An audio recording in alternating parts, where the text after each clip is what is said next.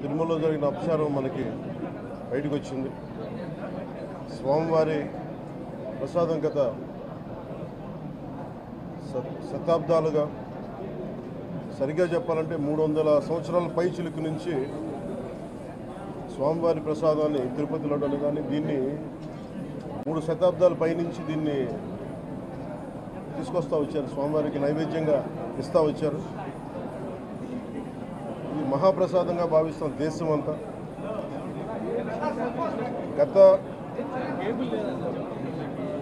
ఇది ఒక ప్రభుత్వాన్ని నిందించడానికో, దీని మీద రాజకీయ లబ్ధి పొందడానికో దీని వెనుక ఉద్దేశం లేదు. వైసీపీ పాలనలో టీటీడీ బోర్డుని కాన్స్టిట్యూట్ చేసిన విధానం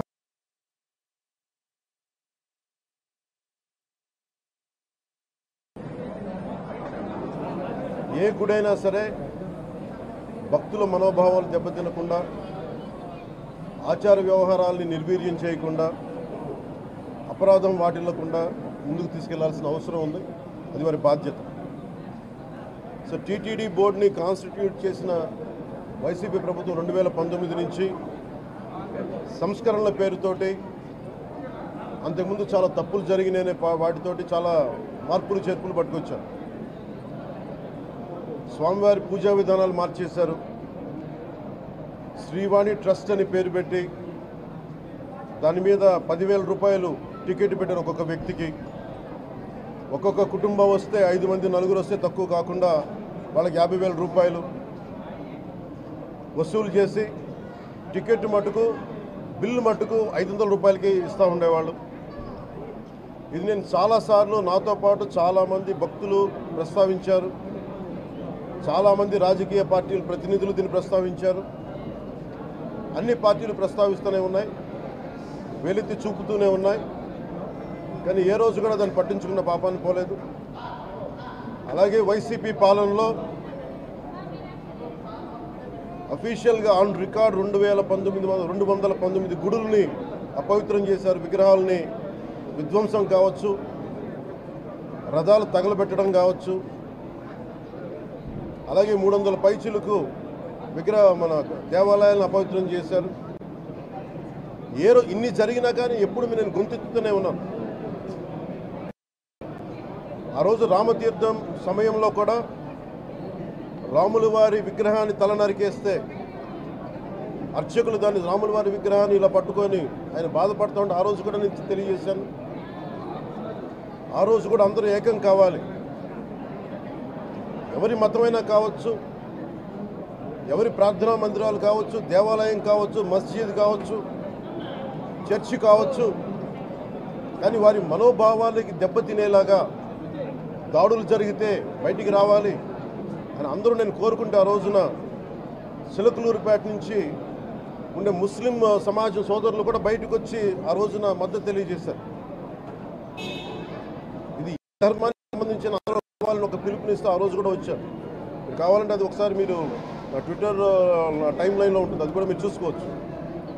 కానీ ఈ రోజున మేము ముందు నుంచి తెలియజేస్తూనే ఉన్నాం, చాలా అవకతవకలు జరుగుతూ ఉన్నాయి, ప్రసాదాలు కల్తీ జరుగుతూ ఉన్నాయి, సరిగ్గా లేవు, ప్రసాదం నాణ్యత పోయింది, డబ్బులు కలెక్ట్ చేస్తున్నారు, రిసిప్ట్లు ఇవ్వట్లేదు, అసలు టీటీడీ మీద కూడా వైట్ పేపర్ రావాల్సిన అవసరం ఉంది. ఇవన్నీ కూడా మేము చాలాసార్లు అనుకుంటా ఉన్నాం. కానీ ఈ స్థాయిలో కల్తీ జరుగుద్దని, కల్తీ ఉంటుంది, ఫుడ్ అడల్ట్రేషన్ ఉంటుంది, చేసే తిండిలో కల్తీ ఉంటుంది, అన్ని దేవాలయాల్లో కూడా ప్రమాణాలు పాటిస్తున్నారా లేదా అన్న చర్చ బయటకు వచ్చింది ఈరోజు. ముఖ్యంగా తిరుపతి లడ్డు ప్రసాదాన్ని, మహాప్రసాదం, శ్రీవారి మహాప్రసాదానికి సంబంధించి ఇది మీకు ప్రత్యేకించి నేను చదివి వినిపిస్తాను మీకు.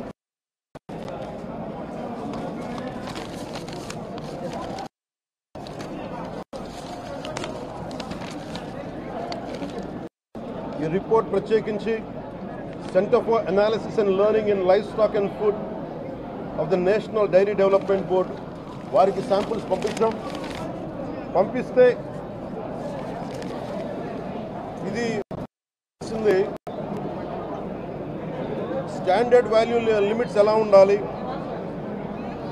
అని వాళ్ళు చెప్పారు. ఏం చెప్పారంటే pure milk fat shall have a reading between pure milk fat shall have a reading between 95.68 to 104.32, but all the ghee samples had values around 20, which means the ghee is highly adulterated. దాని subsequent టేబుల్లో సహజంగా నెయ్యిలో కల్తీ వ్యాపారులు కల్తీ చేసేది plant based కల్తీ జరుగుతూ ఉంటుంది. అదే తప్పు. అలాంటిది దీంట్లో ప్రత్యేకించి తెలియజేసింది సోయాబీన్ ఉంది, sunflower, olive oil, rapeseed, linseed, wheat germ, maize germ, cottonseed, coconut, palm ఆయిల్తో పాటు fish oil, beef tallow, lard. Fish oil మీకు తెలిసిందే, చేప నుంచి ఎక్స్ట్రాక్ట్ చేసిన నూనె. బీఫ్ టాలో అంటే